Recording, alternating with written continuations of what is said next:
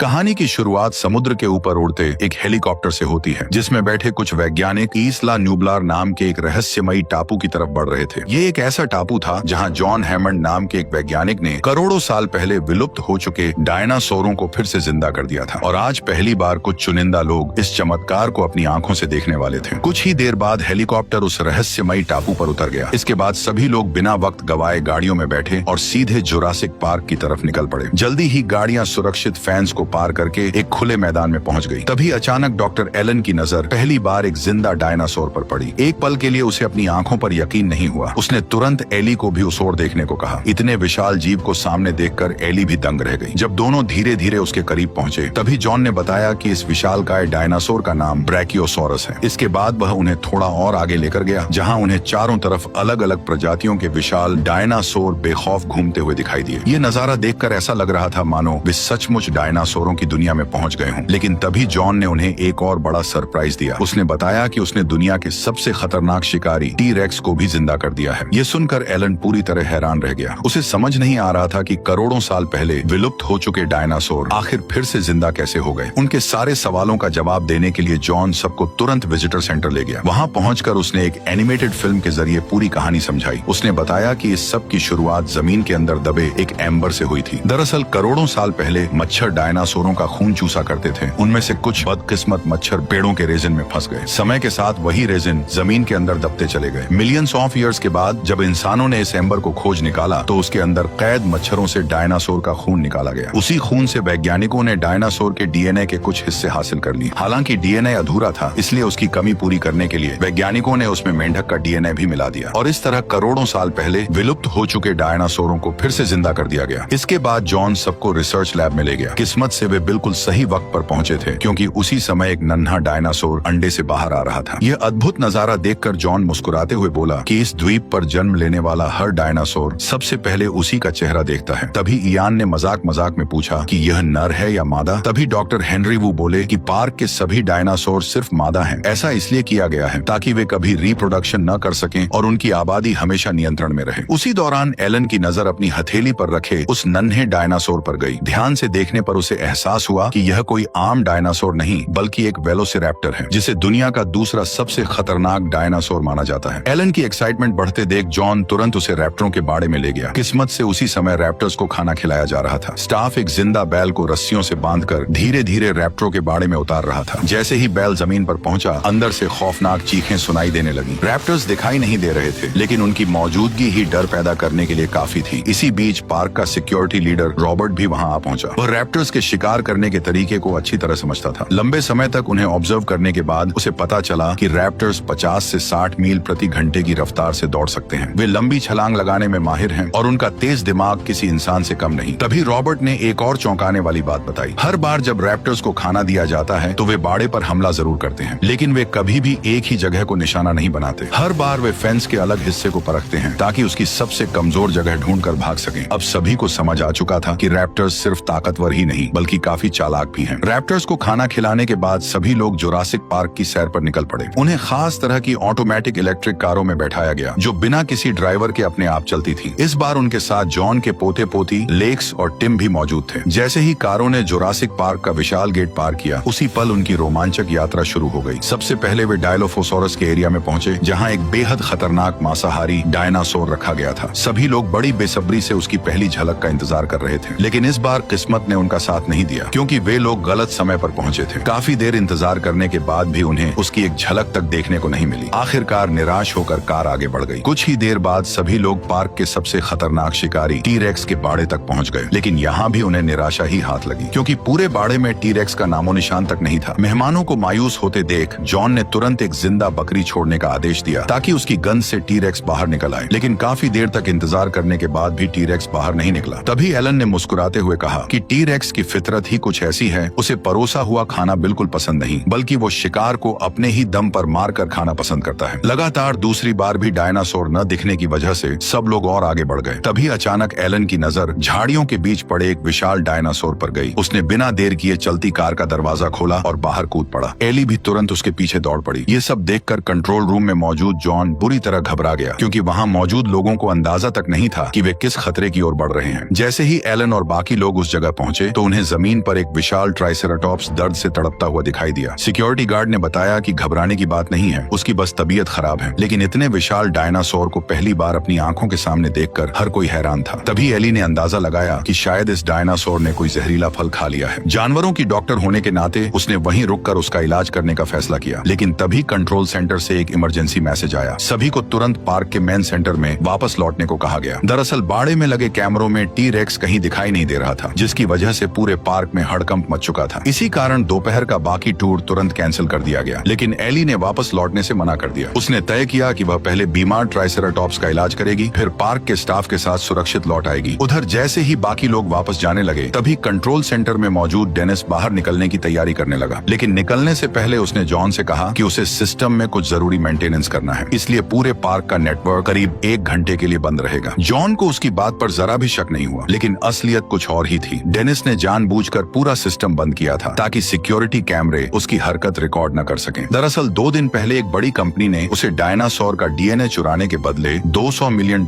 में खरीद लिया था। जैसे ही कैमरे बंद हुए, वह सीधे रिसर्च लैब में पहुंच गया। वहां से उसे जितने भी कीमती डीएनए सैंपल मिले, उसने उन सभी को चुराकर एक स्प्रे कैन के अंदर छिपा लिया। इसके बाद वह किसी को भनक लगे बिना अपनी कार लेकर पार्क से निकल पड़ा। उधर पूरे एरिया की बिजली बंद होते ही दोनों टूर कारें टी-रेक्स के एरिया के ठीक बाहर रुक गईं। एलन और बाकी लोगों को लगा कि कुछ ही देर में बिजली वापस आ जाएगी, इसलिए उन्होंने वहीं रुककर इंतजार करने का फैसला किया। इसी बीच टिम की नजर कार के अंदर रखे पानी के गिलास पर पड़ी। उसने देखा कि पानी की सतह पर अचानक हल्की हल्की लहरें बनने लगी हैं, मानो कोई भारी चीज उनकी तरफ बढ़ रही हो। टिम ने बिना देर किए अपना नाइट विजन गॉगल पहना और चारों तरफ ध्यान से देखने लगा। तभी उसकी नजर उस जगह पड़ी जहां दिन में टी-रेक्स को लुभाने के लिए एक बकरी बांधी गई थी। लेकिन अब वहां बकरी का नामो निशान तक नहीं था। कोई कुछ समझ पाता उससे पहले ही एक खून से सनी बकरी की टांग सीधे कार के शीशे पर आ गिरी। ये देखकर सबके होश उड़ गए। तभी अचानक पार्क का सबसे खतरनाक शिकारी टी-रेक्स उनकी कार के ठीक सामने आ खड़ा हुआ। उसे इतनी करीब देखकर डोनाल्ड बुरी तरह घबरा गया। उसने दोनों बच्चों को वहीं छोड़ा और जान बचाकर कार से बाहर भाग निकला। भागते भागते वह सड़क किनारे बने एक छोटे से टॉयलेट में जाकर छिप गया। उधर बिजली बंद होने की वजह से टी-रेक्स आसानी से फैंस तोड़कर बाहर निकल आया। हालात बिगड़ते देख एलन ने तुरंत इयान से कहा कि बिल्कुल भी मत हिलना, क्योंकि रात के समय टी-रेक्स की नजर सबसे पहले हिलती हुई चीजों पर जाती है। उधर आगे वाली कार में बैठे लेक्स और टिम इससे पूरी तरह अनजान थे। लेक्स ने तुरंत कार की डिग्गी से टॉर्च निकाल ली और मदद के लिए उसे जलाकर इशारे करने लगी। लेकिन उसकी यही गलती उस पर भारी पड़ गई, क्योंकि टॉर्च की रोशनी ने सीधे टी-रेक्स का ध्यान उनकी तरफ खींच लिया। उसने एलन की कार छोड़ दी और सीधे बच्चों की कार के सामने पहुंच गया। इतने विशाल डायनासोर को सामने देखकर टिम बुरी तरह घबरा गया। फिर भी उसने हिम्मत नहीं हारी और धीरे से कार का खुला दरवाजा बंद कर दिया। लेकिन अभी भी दोनों भाई बहन बुरी तरह डरे हुए थे। वे बिना हिले डुले बस यही दुआ कर रहे थे कि किसी तरह टी-रेक्स वहां से चला जाए। मगर कार के अंदर जल रही तेज टॉर्च की रोशनी से वो और भड़क गया। उसने जोरदार दहाड़ लगाई और पूरी ताकत से कार पर हमला कर दिया।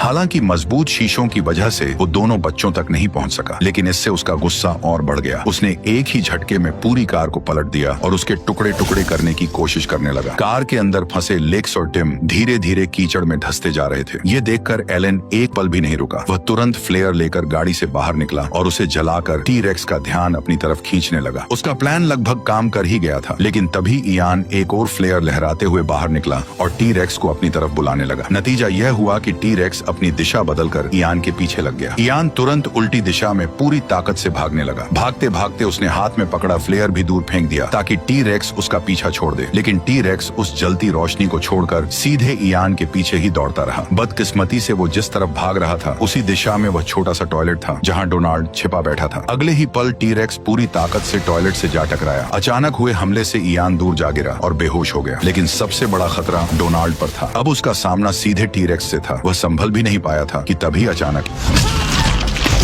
टी-रेक्स का ध्यान भटकते ही एलन तुरंत बच्चों को गाड़ी से बाहर निकालने लगा। लेकिन टिम अभी बाहर निकला भी नहीं था कि तभी अचानक टी-रेक्स ठीक उनके सामने पहुंच गया। ये देखकर लेक्स जोर से चीख पड़ी, मगर एलन ने तुरंत उसका मुंह बंद कर दिया ताकि उनकी आवाज टी-रेक्स तक न पहुंचे। किस्मत से यह तरीका काम कर गया। टी-रेक्स ने उन पर हमला नहीं किया। वह बार बार पलटी हुई कार को सिर से धक्का देने लगा। कार जिस तरफ घूमती, एलन और लेक्स भी तुरंत उसी हिसाब से अपनी जगह बदल लेते ताकि हर बार टी-रेक्स की नजर से बचे रहें। लेकिन कुछ ही पलों में टी-रेक्स के लगातार धक्कों की वजह से एलन और लेक्स टी-रेक्स बाड़ के बिल्कुल किनारे तक पहुंच गए। अब उनके पास बचने का कोई रास्ता नहीं था। हालात बिगड़ते देख एलन ने बिना देर किए लेक्स को अपनी पीठ पर उठाया और स्टील की तार के सहारे धीरे धीरे नीचे उतरना शुरू कर दिया। लेकिन उसी वक्त टी-रेक्स कार को धक्का देता हुआ उसे खाई के किनारे तक ले आया। ऐसा लग रहा था कि अगले ही पल पूरी कार उनके ऊपर आ गिरेगी। खतरा भांपते ही एलन ने पूरी ताकत से स्टील की तार को झुलाया और दोनों दूसरी तरफ पहुंच गए। इस तरह वे मौत के मुंह से बाल बाल बच निकले। उधर कंट्रोल सेंटर में जॉन और उसकी टीम हर हाल में बिजली वापस लाने की कोशिश कर रही थी, लेकिन सिस्टम लॉक होने की वजह से काफी समय बर्बाद हो रहा था। हालात इतने बिगड़ चुके थे कि किसी के पास कोई आसान रास्ता नहीं था। लेकिन जॉन की सबसे बड़ी चिंता लेक्स और टिम थे, जो अभी भी टी-रेक्स के एरिया में फंसे हुए थे। आखिरकार उसने बड़ा जोखिम उठाने का फैसला किया और रॉबर्ट को बच्चों को वापस लाने के लिए भेज दिया। यह देखकर एली भी एक पल रुकी नहीं, वह तुरंत उसके साथ जाने के लिए तैयार हो गई। उधर वो मोटा डेनिस चुराए हुए डायनासोर के डीएनए के साथ तेजी से ईस्ट डॉक की ओर बढ़ रहा था। लेकिन तेज बारिश और कीचड़ की वजह से उसे रास्ता साफ दिखाई नहीं दिया और उसकी गाड़ी रेलिंग तोड़ती हुई नीचे जा गिरी।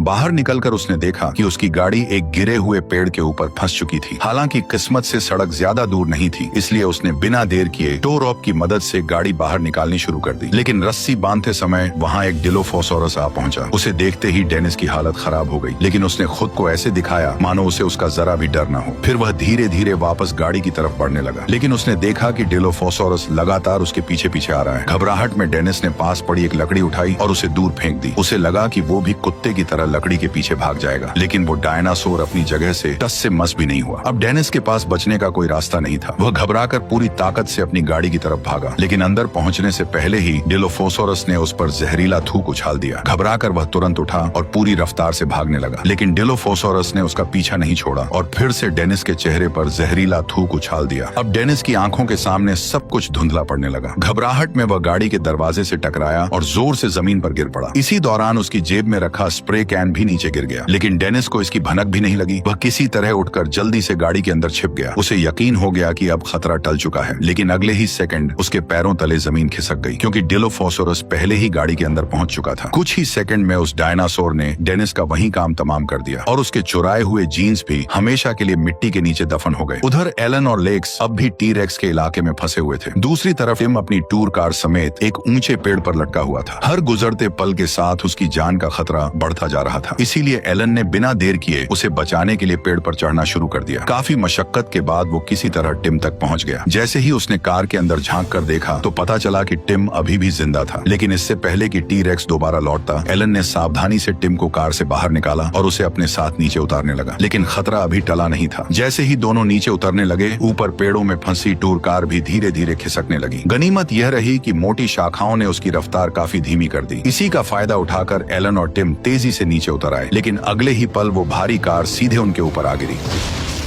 उधर कुछ ही देर बाद रॉबर्ट और एली गाड़ी लेकर टी-रेक्स के बाड़े तक पहुंच गए। वहां उन्हें सबसे पहले बेहोश पड़ा इयान मिला। फिर जमीन पर बने निशानों का पीछा करते हुए वे बाढ़ के नीचे तक पहुंच गए, जहां उन्हें एलन और दोनों बच्चों के पैरों के निशान दिखाई दिए। इसी बीच गाड़ी में लेटे इयान को अचानक कुछ गड़बड़ महसूस हुई। उसने देखा कि सड़क पर जमे पानी पर फिर से वही लहरें उठ रही थी। इससे इयान तुरंत समझ गया कि टी-रेक्स दोबारा लौट आया है। खतरे का एहसास होते ही एली और रॉबर्ट तुरंत गाड़ी की तरफ भागे, लेकिन उनके बैठते ही टी-रेक्स भी बाहर निकल आया। उसे तेजी से अपनी तरफ आते देख रॉबर्ट ने फौरन इंजन स्टार्ट किया और पूरी स्पीड से गाड़ी दौड़ा दी, लेकिन टी-रेक्स ने भी उनका पीछा नहीं छोड़ा। कुछ ही सेकंड में वह गाड़ी तक पहुंच गया। हमला होने ही वाला था कि सामने एक विशाल पेड़ आ गया, मगर टी-रेक्स ने उसे एक झटके में तोड़ डाला। फिर वह लगातार अपने सिर से गाड़ी पर टक्कर मारने लगा। अब तीनों को लगने लगा था कि उनका बचना नामुमकिन है, लेकिन तभी रॉबर्ट ने अचानक गियर बदला और गाड़ी को फुल स्पीड में दौड़ा दी। कुछ ही देर बाद टी-रेक्स पीछे छूट गया और तीनों जल्द से जल्द कंट्रोल सेंटर की ओर निकल पड़े। उधर जंगल में भटकते हुए एलन को एक विशाल पेड़ मिल गया। रात बिताने के लिए तीनों उसी पर चढ़ गए और वहीं आराम करने लगे। अगली सुबह जब तीनों गहरी नींद में सो रहे थे, तभी उनके पास एक विशालकाय डायनासोर आ पहुंचा। वह आराम से पेड़ की ऊंची शाखाओं की पत्तियां खा रहा था। एलन समझ गया कि वह शाकाहारी और बेहद शांत स्वभाव का ब्रैकियोसोरस है, इसीलिए उसने बच्चों से कहा कि वे बिना डरे उसे छू सकते हैं। लेकिन जैसे ही लेक्स ने अपना हाथ आगे बढ़ाया, तभी अचानक ब्रैकियोसोरस ने जोर से छींक मार दी और लेक्स उसके चिपचिपी नाक से पूरी तरह भीग गई। कुछ देर बाद जब ब्रैकियोसोरस वहां से चला गया, तो तीनों भी अपनी मंजिल की तरफ निकल पड़े। तभी एलन की नजर जमीन पर पड़े कुछ टूटे हुए डायनासोर के अंडों पर पड़ी। यह देखकर टिम पूरी तरह हैरान रह गया, क्योंकि उसने दादा जॉन से सुना था कि पार्क में मौजूद सभी डायनासोर मादा हैं, ऐसे में वे जंगल में खुद बच्चे कैसे पैदा कर सकते हैं। एलन ने कुछ देर सोचा और फिर उसे एक बेहद अहम बात समझ आई। दरअसल डायनासोर बनाने के लिए उनके डीएनए में मेंढक का डीएनए भी मिलाया गया था, और कुछ मेंढकों में जरूरत पड़ने पर अपना लिंग बदलने की क्षमता होती है। यानी मुमकिन है कि उसी वजह से कुछ डायनासोर भी नर बन गए हों और अब वे जंगल में बच्चे पैदा कर रहे हों। उधर इस बात से बेखबर इयान और बाकी लोग सुरक्षित कंट्रोल सेंटर पहुंच चुके थे, लेकिन पूरी रात की कोशिशों के बाद भी चीफ इंजीनियर पार्क की बिजली दोबारा चालू नहीं कर पाया। अब जॉन के पास इंतजार करने का वक्त नहीं था। उसने तुरंत पूरे पार्क का सिस्टम रीसेट करने का फैसला किया ताकि डेनिस का डाला हुआ वायरस पूरी तरह हट जाए। कुछ ही देर में सिस्टम रीसेट तो हो गया, लेकिन बिजली फिर भी नहीं आई। अब सभी को समझ आ गया कि मैन पावर सिस्टम को मैन्युअली रीस्टार्ट करना पड़ेगा, और यह काम सिर्फ पावर रूम में जाकर ही किया जा सकता था। इसलिए चीफ बिना देर किए पावर रूम की तरफ निकल गया, लेकिन काफी देर तक इंतजार करने के बाद भी न बिजली वापस आई और न ही चीफ लौट कर आया। हालात बिगड़ते देख एली और रॉबर्ट ने हथियार उठाए और खुद पावर रूम की तरफ निकल पड़े। लेकिन रास्ते में जब वे रैप्टरों के बाड़े के पास पहुंचे तो रॉबर्ट की नजर टूटी हुई इलेक्ट्रिक फेंस पर पड़ी। ये देखते ही उसके चेहरे का रंग उड़ गया, क्योंकि इसका सिर्फ एक ही मतलब था, वेलोसिरैप्टर्स अपने बाड़े से बाहर निकल चुके हैं। जमीन पर बने उनके पैरों के ताजा निशान भी सीधे पावर रूम की तरफ जा रहे थे। जब दोनों वहां पहुंचे तब रॉबर्ट को एहसास हुआ कि रैप्टर्स यही कहीं मौजूद हैं। उसने तुरंत एली से पावर रूम की तरफ भागने को कहा, जबकि वह खुद रैप्टर्स को रोकने के लिए वहीं रुक गया। जल्द ही एली किसी तरह सुरक्षित पावर रूम के अंदर पहुंच गई, लेकिन रॉबर्ट की किस्मत इतनी अच्छी नहीं थी। जैसे ही रॉबर्ट की नजर एक रैप्टर पर पड़ी, उसने फौरन बंदूक उसकी तरफ तान दी, लेकिन गोली चलाने से पहले ही झाड़ियों से दूसरा रैप्टर निकल आया और अगले ही पल रॉबर्ट उसका शिकार बन गया।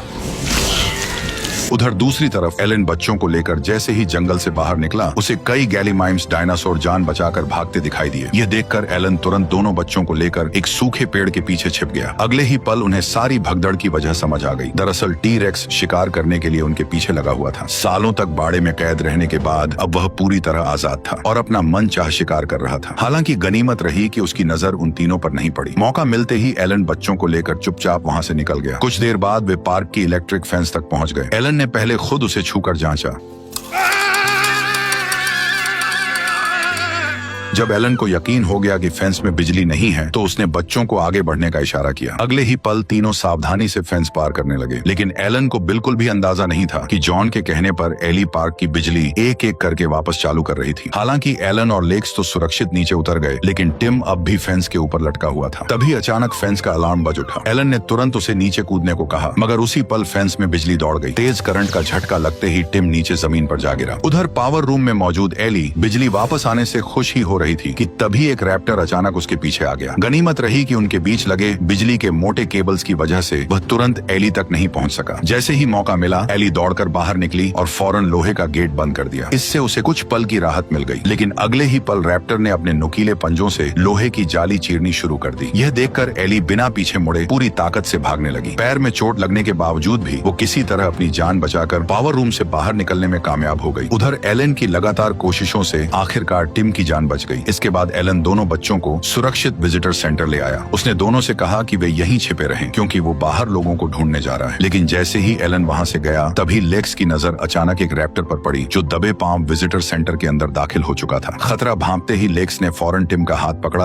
और दोनों जान बचाने के लिए किचन की तरफ दौड़ पड़े। इसी बीच कंट्रोल सेंटर के बेसमेंट में एलन की मुलाकात आखिरकार एली और बाकी लोगों से हो गई। वहां पहुंचते ही एलन को रैप्टर्स के भाग निकलने की खबर मिल गई। एली ने बताया कि ये रैप्टर्स नॉर्मल डायनासोर नहीं है। वे इतने समझदार हैं कि अपने पंजों से दरवाजे तक खोल लेते हैं। और अगले ही पल यह बात सच साबित हो गई, क्योंकि एक रैप्टर सचमुच किचन का दरवाजा खोल चुका था। लेकिन सबसे डरावनी बात यह थी कि दरवाजा खुलते ही वो अकेला अंदर नहीं गया। उसने जोर जोर से आवाज लगानी शुरू कर दी। कुछ ही पलों बाद दूसरा रैप्टर भी वहां आ गया। तब दोनों मिलकर सीधे किचन के अंदर घुस गए और छिपे हुए दोनों भाई बहन को ढूंढने लगे। अपनी जान बचाने के लिए लेक्स लगातार टिम को लेकर एक जगह से दूसरी जगह छिपती रही, लेकिन इसी अफरा तफरी में टिम पीछे छूट गया। रैप्टर बस उसे देख ही लेता कि तभी टिम दौड़कर एक कोने में छिप गया। कुछ पल के लिए लगा कि खतरा टल गया है, लेकिन तभी अचानक टिम के पास रखा एक चम्मच नीचे गिर पड़ा। आवाज सुनते ही दोनों रैप्टर्स का ध्यान उसी तरफ चला गया और वे धीरे धीरे टिम की तरफ बढ़ने लगे। ये देखकर लेक्स ने बिना एक पल गवाए पास पड़ा चम्मच उठाया और पूरी ताकत से फर्श पर दे मारा। आवाज सुनते ही रैप्टर का ध्यान टिम से हटकर लेक्स पर चला गया। लेक्स फौरन पास की एक अलमारी में घुस गई, लेकिन उसका दरवाजा बीच में ही फंस गया। वह पूरी ताकत लगाती रही, फिर भी उसे बंद नहीं कर पाई। तभी रैप्टर पूरी स्पीड से उसकी तरफ दौड़ा।